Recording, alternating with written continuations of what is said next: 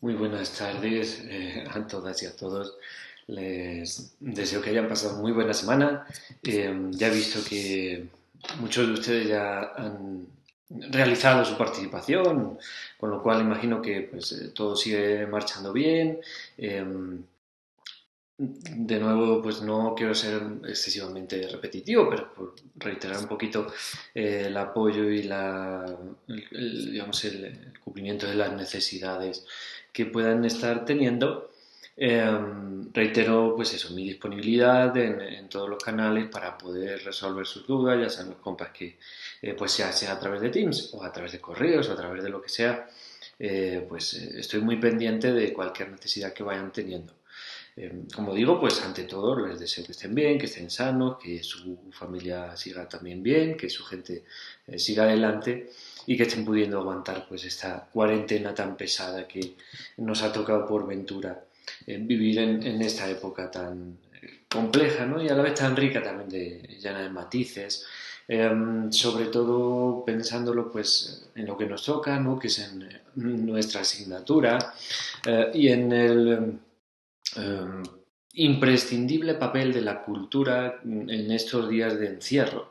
Si se dan cuenta, durante las cuarentenas, y esto es a nivel mundial, no hubiéramos podido sobrevivir prácticamente sin Spotify, sin conexión a Internet, sin Netflix, sin una serie de dispositivos y aplicativos que han sido aquellos a los que nosotros nos hemos aferrado, ¿no? Para pasar este tipo de procesos. Entonces, digamos que si, si en algún momento estuvimos de moda, ¿no? Hoy en día es, ese momento y hoy en día es más significativo y más relativo que nunca el pensar y el investigar sobre todo lo que tiene que ver con procesos culturales y de intercambio informacional. Sobre todo porque a la vez que digamos las tecnologías y todas estas aplicaciones y servicios con los que contamos nos han ayudado a pasar de mejor manera o de la única manera que creemos posible la cuarentena, también tenemos que pensar de manera crítica, ¿no? Y plantearnos de manera crítica y discutir las formas de construcción y de dominación, ¿no? Las formas de estructuración hegemónica por las cuales este tipo de aplicaciones, tecnologías y servicios se configuran también como un ente prácticamente eh, etéreo, ¿no? Al que ni siquiera podríamos poner cabeza, y cuáles son los peligros también de que alguien que, digamos, no tiene una dirección la cual pueda asumir responsabilidades por un mal uso de nuestros propios datos, por ejemplo, de nuestra información personal, pueda tener acceso a tales niveles de implicación informativa, lo cual pues, digamos, nos pone de nuevo en un papel complicado a la hora de pensar estos procesos desde un punto de vista en el que al final pues interactúan las bondades y los beneficios con las partes más oscuras. Ese es nuestro papel aquí en esta clase y ese es el papel que continuaremos teniendo hasta el final de las sesiones, que ya no son muchas. Piensen que sesiones presenciales, pues tendremos, presenciales no, perdón, ya presenciales hace rato no tenemos, ¿no?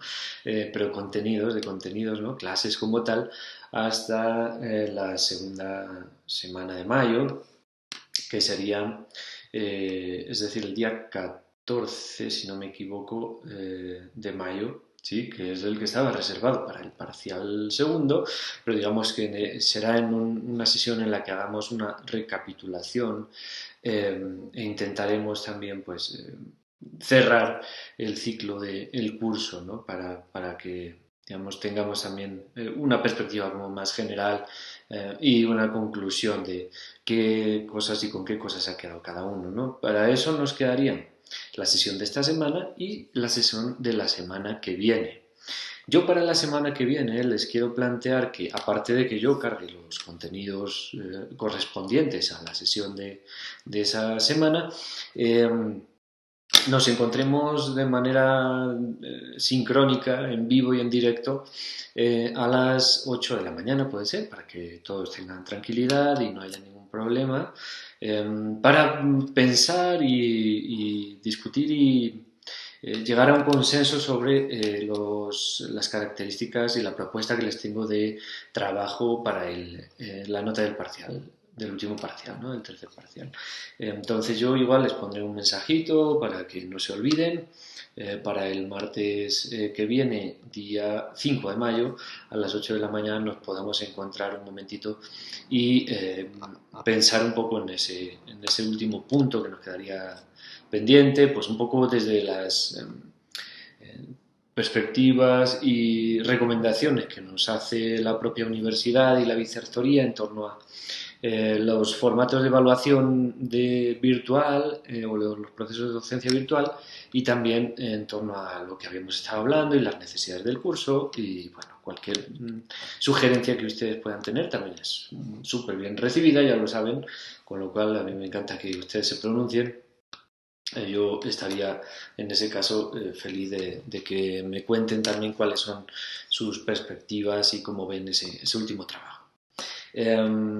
Reiterarles que hasta esta semana cubre, digamos, la evaluación del parcial segundo, con lo cual aquellos rezagados, digamos, que no han podido todavía o han tenido problemas o se les ha dificultado el subir sus tareas o el de participar en los foros, les recomiendo encarecidamente que lo hagan porque sobre esa participación y sobre esas entregas se basará la nota del parcial 2. Y como digo, la universidad ha optado por un modelo de continuidad en el proceso evaluativo, no va a haber un preaprobado general en ningún caso, no va a haber unas, digamos, notas no numéricas, sino que vamos a mantener el proceso de notas normal, clásico, siempre dentro de la flexibilidad que supone pues toda esta adaptación a un momento tan complejo y tan sensible como es este de la pandemia, pero manteniendo toda la rigurosidad y el compromiso pues que la propia universidad hizo con ustedes en el momento de su matrícula, con lo cual además, bueno, hay otra serie de implicaciones, sobre todo lo que tiene que ver con el sostenimiento de aquellos alumnos que están becados y que necesitan una nota en concreto para mantener su beca. Bueno, hay cosas que en realidad son muy importantes para mantener esto, para tomar esa decisión, ¿no? Entonces les recomiendo, por favor, que participen. Los foros están abiertos, las tareas me las pueden mandar directamente a mi correo, aquellos que no hayan podido, me dicen, pues mira, no pude, por tales razones, listo, yo las recibo perfectamente, no hay lío. Bueno, vamos entonces a finalizar con las sesiones dedicadas a el tema de industrias culturales y transformación en los procesos de digitalización de las industrias culturales.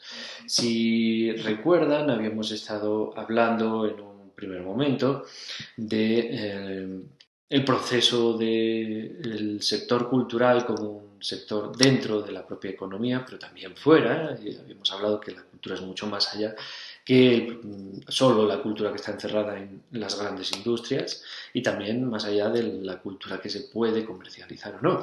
La cultura hace parte de nuestro día a día, de nuestra convocatoria y estructuración social y política y configura muchos procesos más allá de los procesos económicos. Ahora bien, los grandes procesos culturales normalmente y desde, como hemos visto, principios del siglo XX sobre todo, incluso un poco antes, ¿no? Pero sobre todo principios del siglo XX, con la aparición de las grandes industrias culturales y los medios de masas, pues podemos empezar a ver una preeminencia de esos procesos de industrialización de la cultura sobre otros, ¿verdad?, que eran más artesanales, más tradicionales, que siguen sosteniendo y siguen siendo muy importantes, pero quizá no tan visibles como lo podían ser en algún momento.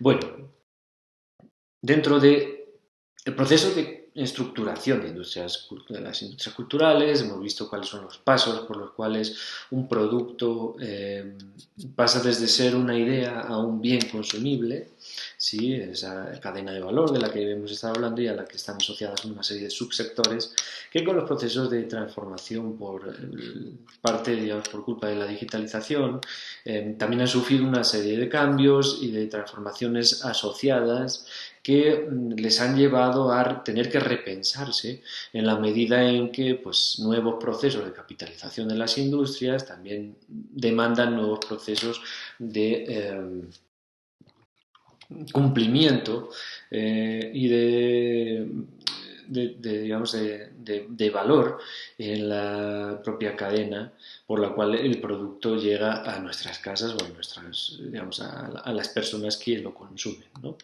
Habíamos visto a partir de eso y a partir de las definiciones, ¿no? Y diferencias más básicas entre industria cultural y creativa sobre las transformaciones específicas en una serie de sectores que quizá lo notaran más, ¿no? Y a partir de ahí nos habíamos quedado en la, digamos, la idea de cómo todos estos procesos, a partir de una serie de características que cumplen las propias industrias culturales y el mismo proceso de digitalización, había llevado a que los diferentes subsectores que componen este sector, el macrosector de la economía de la cultura, ¿no? Y sobre todo aquel que está industrializado, todo lo que tiene que ver con las industrias culturales, devienen en una tendencia hacia la construcción de formas y formatos de convergencia por los cuales industrias asociadas a las propias industrias culturales, pero también a las telecomunicaciones, convergen en títulos de propiedad para ofrecer ya no unas industrias diferenciales, sino una serie de servicios por los cuales acceder a diferentes tipos de sectores culturales, ¿no? De la economía de la cultura. Bueno, este proceso de convergencia nos habla de una cultura en fase de transición hacia la conversión de prácticamente todos los sectores industriales en servicios digitales, cuyos mecanismos de financiación oscilan todavía en el cambio hacia nuevos modelos de negocio cada vez más cercanos a los procesos de suscripción o de pago por suscripción, que son aquellos que definen a los servicios, y que privilegia el consumo in-home individualizado de contenidos elaborados desde corporaciones de alcance global,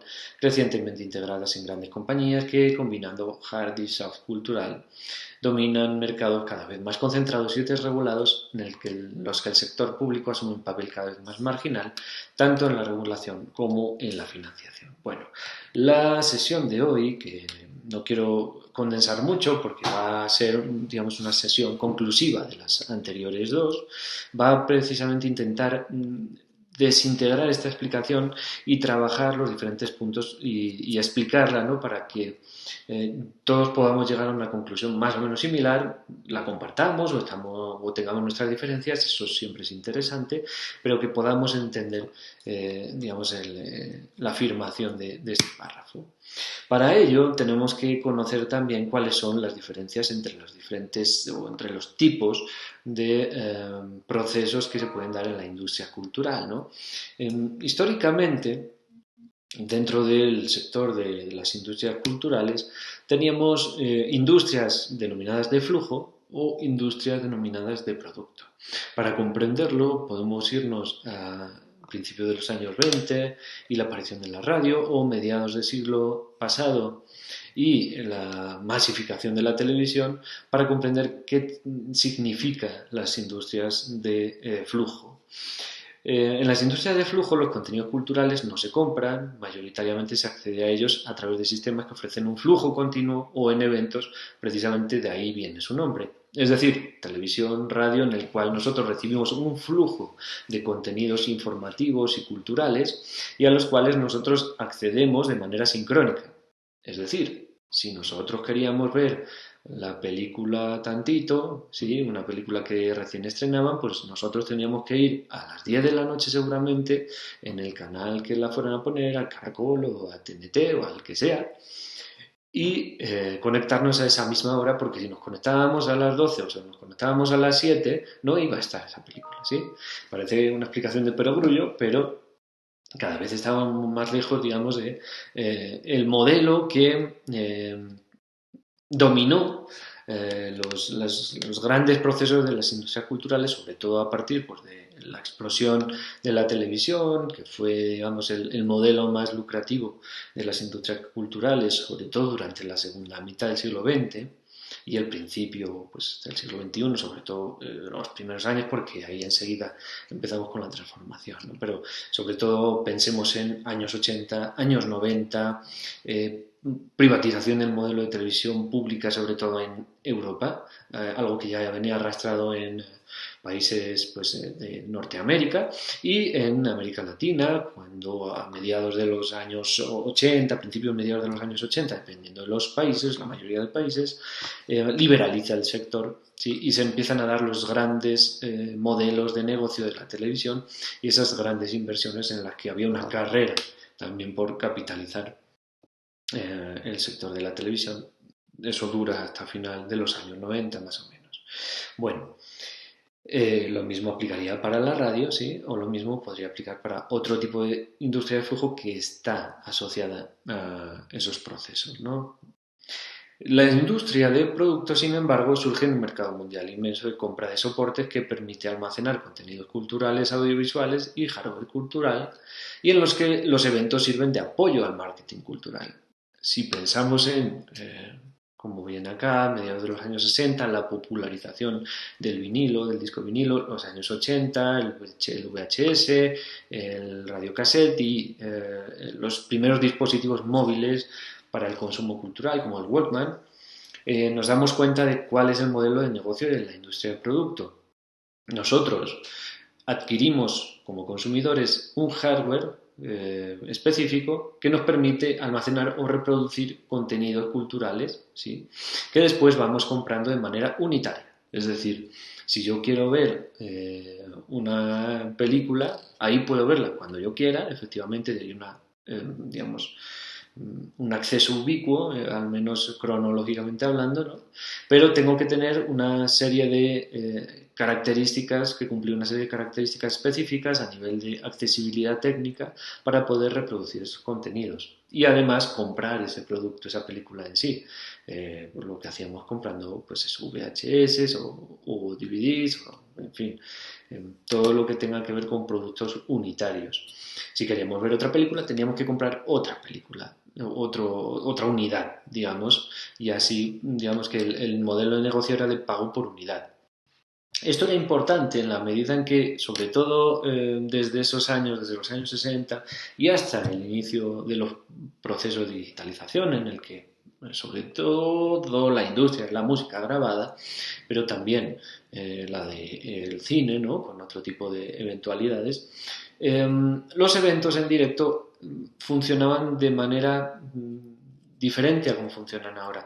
Antes, y desde eso, desde mediados de siglo hasta finales del siglo pasado, la industria cultural de la música grabada era preeminente sobre la música en directo y los conciertos en directo eran un apoyo para la difusión y el aumento de las ventas de los álbumes que se grababan y sobre los cuales pues giraban estos conciertos en vivo, ¿no?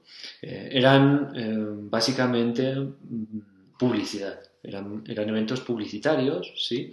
Que los artistas daban, digamos, alrededor del mundo para poder vender cada vez más discos, cada vez más videos de sus grabaciones, en fin. Ese era el modelo. A partir de la crisis, de la gran crisis que sufre la industria musical con el proceso de digitalización y los nuevos formatos, ¿no? de negocio que se abren a partir de ese incómodo mosquito que se llamó Napster y del cual hemos hablado brevemente también y que los más antiguos conocerán, que básicamente nos hablaba de un modelo de intercambio P2P, ¿no? de peer-to-peer, en el que diferentes usuarios generaban acceso ubicuo a sus propios contenidos, digamos que a cambio de poder acceder ellos mismos a contenidos de los otros usuarios que estaban en la misma plataforma, con lo cual ese modelo, que es un modelo ajustado a lo que hoy podríamos conocer como Spotify o Deezer, ¿sí? Aunque no es un peer-to-peer, digamos, al uso, sería un peer-to-server más que nada un P2S en el que nosotros accedemos a los contenidos que están cargados a un servidor por parte de diferentes usuarios, en la medida en que eso genera también formas de control más regias, ¿no? Más rígidas, y de gestión también del intercambio, con lo cual estos servidores pues, pueden también generar esos procesos de compra o de pago por suscripción, ¿no? Ahora hablaremos de eso. Pero a partir de esa crisis el modelo es al revés. La música grabada es el anuncio de los eventos en vivo con los que los artistas empezaron a generar ganancias y hoy ese modelo se ha transformado también y parece que ha generado cierto asentamiento a partir del tercero de los modelos, que es la industria de servicios, que es la que conocemos hoy en día y que se populariza sobre todo a partir de esta última década en la que nosotros estamos. Parece algo que está con nosotros toda la vida, pero en realidad lleva menos de 10 años con nosotros la popularización de las industrias por modelo de servicio, que básicamente nos dice que las redes permiten acceso permanente y ubicuo a los contenidos, por lo que el producto pasa a ser sustituido por la suscripción, que permite el acceso no lineal al contenido cultural. Es decir, digamos, el aumento en la accesibilidad, en la compraventa y usufructo de paquetes de datos en un Internet 3.0, digamos que en el que en las casas empiezan a sobrepasar sobre todo los 3 megas, ¿no?, de velocidad y las redes 4G se generan una accesibilidad aceptable o más que aceptable, ¿no? A partir de que tenemos esas capacidades técnicas, podemos también popularizar y masificar estos procesos de suscripción en los que nosotros podemos generar ese acceso ubicuo a todos los contenidos bueno, de los que no les voy a hablar más porque ya ustedes saben mucho mejor que yo. Estamos hablando de Netflix, estamos hablando de Spotify, estamos hablando de todos los modelos de OTT que generan servicio por suscripción, ¿no? Entonces, digamos que esa transición, aunque no desaparecen unos, no eliminan a los otros, sí van opacando en la medida de que algunos se erigen como modelos principales o hegemónicos. En este caso, los modelos de suscripción han opacado sobre todo a la industria de producto y también en gran medida a la industria de flujo, porque de nuevo hoy la mayoría de ustedes y de nosotros, yo me incluyo, no escuchamos la radio de manera tradicional, conectándonos a las ondas hercianas, sino que lo que hacemos es acudir al streaming de la página web cuando nos interese y cuando tenemos el tiempo y consumir el contenido. Lo mismo con la televisión, ¿no? Ahora, el proceso de financiación es también una transformación intensa que se ha provocado en las diferentes industrias culturales. La financiación directa, ¿verdad?, que se da en prácticamente todas las industrias culturales, salvo la televisión abierta privada o el cine, bueno, los museos, digamos, como, o sea, parte de la industria creativa o de la economía de la cultura, ¿no? Se asocian a nuevas formas de financiación, como la financiación indirecta, que es más habitual en los servicios y en las industrias de flujo, o incluso procesos de financiación masiva, crowdfunding, ¿no?, en algunos modelos. Como hemos visto, pues antes, históricamente, la financiación directa era la forma en la que la gran mayoría de las industrias culturales funcionaba: libros, prensa, revistas, grabaciones musicales, en fin, una serie del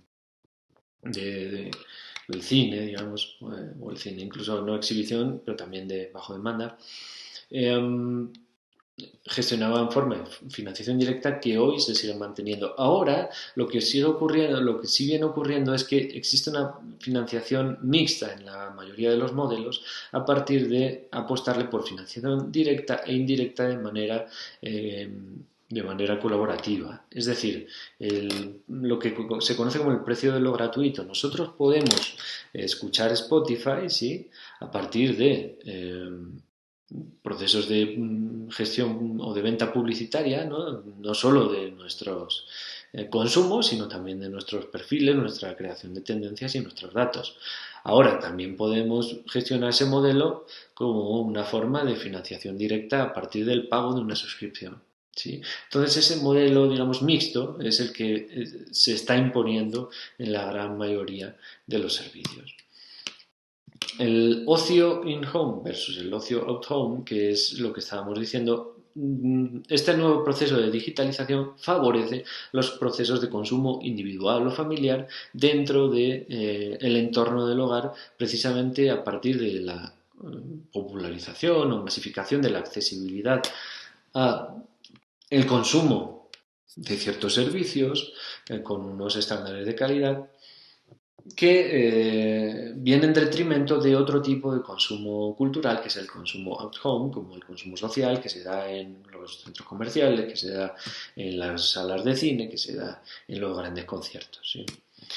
Esa individualización del consumo viene también asociada con los procesos de mundialización del consumo. Piensen ahora mismo en el acceso que tienen a contenidos de Netflix o en Spotify, ¿no? Un acceso ubicuo también desde el punto de vista del mundo, que nos trae ciertos problemas en la medida en que esa ubicuidad, esa mundialización no viene acompañada de una manera, digamos, equitativa en todos los procesos. Por ejemplo, tendríamos el caso más sencillo, es ver el caso de las infraestructuras.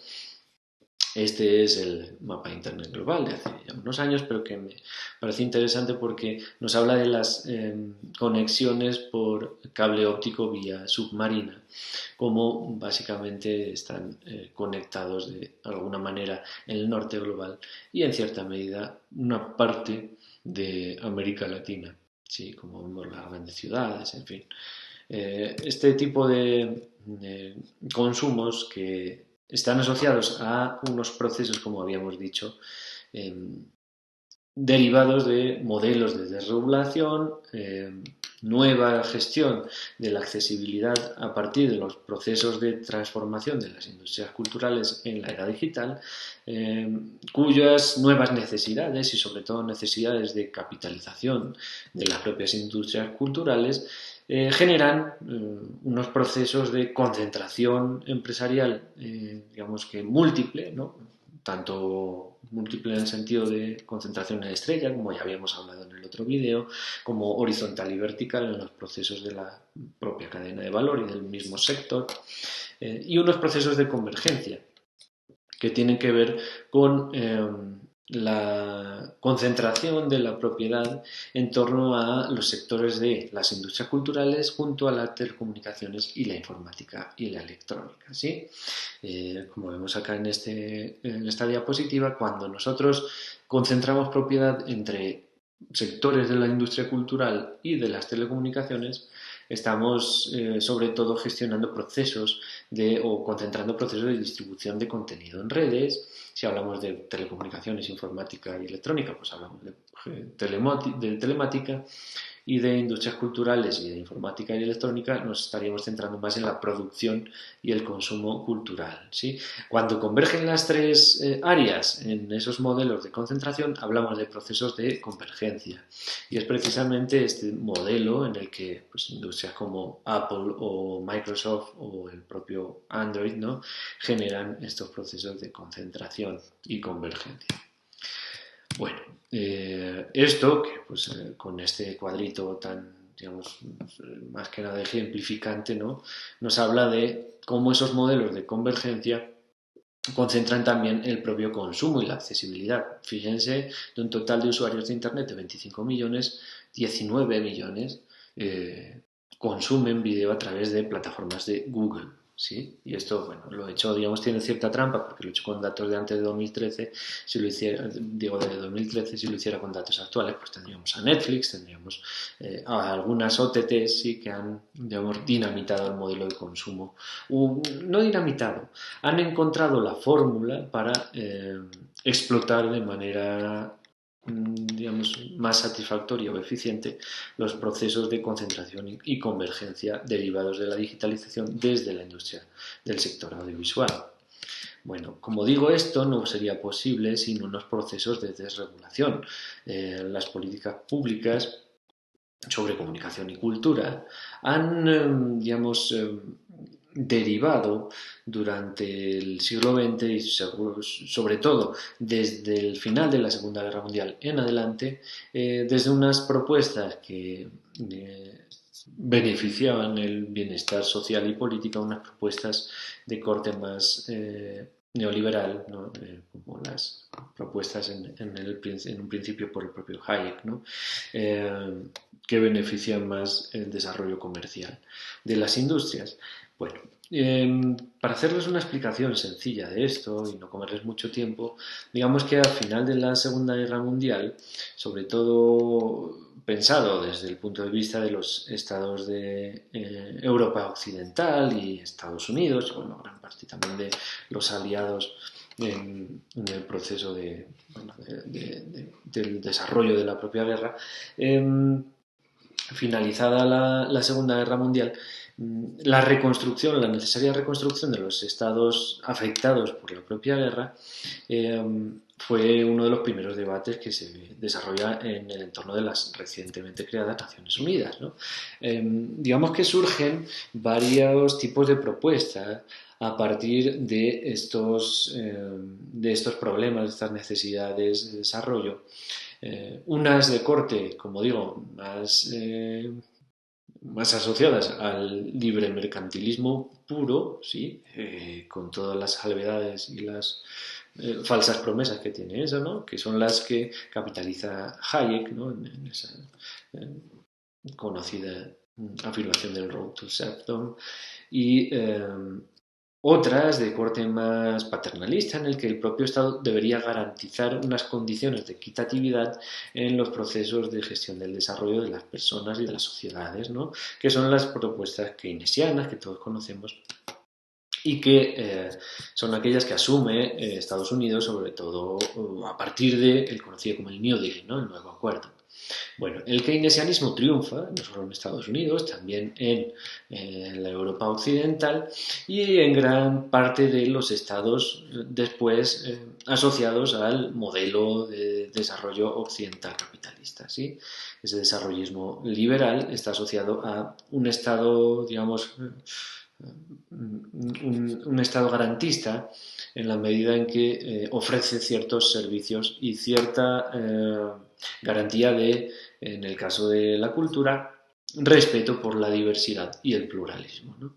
A partir de los años 70 y con el experimento en laboratorio de Chile y la dictadura de Pinochet, pero sobre todo bueno, y de Corea del Sur, a partir de esos procesos de gestión y condonación de la deuda del FMI, bueno, en los años 80, con la llegada de estos dos nombres que vemos acá, Margaret Thatcher en Reino Unido y Ronald Reagan a la presidencia en Estados Unidos, mmm, empieza el cambio de modelo, ¿no? Y empieza la apuesta por el bloque occidental, sobre todo el bloque anglosajón, en un primer momento, del modelo neoliberal, el modelo de Hayek, por el cual los estados deberían reducirse a la mínima expresión y dejar a la libertad de mercado, dejar a las propias empresas que se autorregulen, ¿no? En el sector cultural, en este caso sería abandonar las medidas de proteccionismo, sobre todo nacionales, que se dan y locales, ¿no? Para la protección de la cultura local y de la diversidad y el pluralismo y el respeto de las culturas locales y de esa multiculturalidad o interculturalidad, y dejar a las leyes del mercado, a las leyes de oferta y demanda, para que ellas mismas regulen cuáles son los contenidos que se desarrollan y cuáles no, y cuáles se consumen y cuáles no, cuáles son beneficiosos. En América Latina, a partir de los años 90, con la década perdida y la firma de los acuerdos del Consenso de Washington, como más o menos saben, una serie de puntos por los cuales se les perdona la deuda a los países si lo cumplen, la deuda asumida con el FMI y con el Fondo Monetario Internacional. Los países de América Latina, la gran mayoría de ellos, firman precisamente el acuerdo de transición a este modelo neoliberal y en muchos de los casos también, caso de Colombia, acuerdos de libre comercio a los cuales están asociados también exenciones culturales, pero que en muchos casos esas exenciones no llegan a los niveles de protección necesarios para que las economías locales de la cultura logren realmente gestionar un modelo autosostenible, ¿no? Con el año 93 y la llegada del libro blanco de la Unión Europea, de la autopista de la información famosa, ¿no? Que después muchos de los tecnócratas se han apropiado y ya digamos, la explosión del neoliberalismo a nivel mundial, las políticas de comunicación y cultura, como digo, pasan de un modelo de protección del bienestar político y social, ¿no? De los beneficios democráticos, la libertad de expresión, los beneficios sociales y culturales derivados, ¿no? Que son las políticas culturales keynesianas, a un modelo que le apuesta hacia el bienestar económico, que tiene que ver con todo lo que conocemos hoy, todo lo que nos cuenta pues, el presidente Duque cuando habla de economía naranja, que es la innovación, el empleo, los beneficios económicos de la cultura, ¿no? Que son las políticas culturales neoliberales. ¿Sí? Y esa economía, esas políticas de la cultura vienen asociadas a una propuesta económica que tiene que ver con los procesos de concentración, que es una propuesta económica de integración. Podemos, para no ser muy pesados, ver, por ejemplo, el desarrollo de los procesos de concentración de empresas como News Corporation o Disney, sí, podríamos seguir acá, para las cuales, pues, durante la explosión del neoliberalismo y en adelante, podemos ver cómo van gestionando esos procesos de concentración. En el caso, pues, de News Corporation, que es la empresa o el holding de Rupert Murdoch, en las cuales no está solo Fox, sino también Sky, bueno, una serie de empresas muy grandes. En el año 81 se hace con la 20th Century Fox, que es una de las grandes majors productoras, ¿sí? En el 86 se hace con la división audiovisual de Fox, en el 96 con Fox News y en el 2007, por ejemplo, compra The Wall Street Journal, ¿sí? Procesos de concentración horizontal, ¿sí? En la medida en que estamos hablando de un mismo sector, el sector audiovisual, ¿sí? Productora de cine, como exhibidora, digamos, en sus cadenas de cine, en fin, y televisiones, estas dos, y concentraciones también de corte de estrella o múltiples, ¿no? En el que televisiones y productora de cine también compra periódicos. O en el caso de Disney, en el que en el año 95 compra la cadena de televisión ABC, y sobre todo en los últimos años empieza un nuevo modelo de concentración basado en la compra de competidores de éxito. El caso de 2006, la compra de Pixar con sus grandes éxitos de últimos de los mediados de los desde mediados de los 90, ¿no? Y Toy Story en adelante, pues en 2006 decide comprar Pixar, que ya era una empresa de éxito. En 2009 compra Marvel para empezar a hacer el chorro de películas, ¿verdad? Que todos conocemos de superhéroes y que todos somos tan aficionados. Y en el 2012 compra Lucasfilm para empezar también a gestionar un modelo de éxito a partir de los contenidos de la misma productora. Bueno, esto es todo más o menos lo que le quería contar y cómo, digamos, de un proceso como es el de la digitalización, que nosotros tenemos como tan claro, tan asumido, ¿no? Porque nacimos con él, porque nos desenvolvemos muy bien dentro de él, pues tiene una serie de aristas y tiene una serie de conclusiones y de construcción de procesos de consumo y interpretación cultural por parte de las mismas audiencias y de construcción de audiencias que representan también el reflejo de la apuesta por un modelo sociopolítico de la propia cultura, de qué entendemos por cultura y de cómo esa cultura va a ser o va a llegar a ser accesible a las diferentes sociedades de las cuales hará parte, ¿no? Entonces, digamos que en este sentido, la idea es que reflexionemos sobre cuáles son las digamos, los procesos por los cuales la gestión específica de este modelo cultural deriva en un acceso, digamos, específico también a ciertos tipos de productos y a ciertos, digamos, la construcción de ciertos tipos de audiencia. Bueno, al final, como digo, no quería extenderme mucho, pero estamos casi 40 minutos aquí. Entonces, creo que hemos tocado muchos contenidos, ¿no? Ahora yo les abriré participación en el foro y digamos que esa es la última participación que entraría en el parcial 2, ¿sí?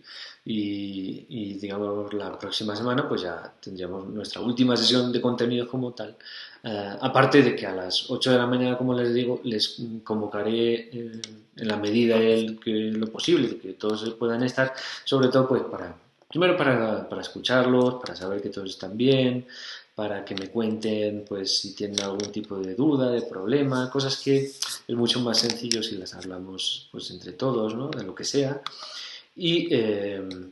Y, bueno, como excusa, pues el tema de el trabajo final para el tercero parcial, ¿no? Cómo lo vamos a enfocar y cómo vamos a evaluar esa nota que nos quedaría. Bueno, entonces espero sus comentarios en el foro, espero sus reflexiones, espero que esto haya sido útil porque no es tampoco lo común en la carrera de comunicación, digamos, pensarlo desde esta perspectiva económico-política, ¿no? Y espero que esto, pues eso, genere, digamos, ciertas inquietudes también dentro de todos ustedes. Nos vemos entonces, cuantos más mejor, espero que todas y todos el próximo martes a las 8 de la mañana en vivo y, también de igual manera yo cargaré el contenido de la sesión, que no será nuestra conversación, ¿no? Nuestra conversación irá más temas más logísticos. Les deseo muy buena semana, que todos sigan bien y aguanten que ya cada vez queda menos.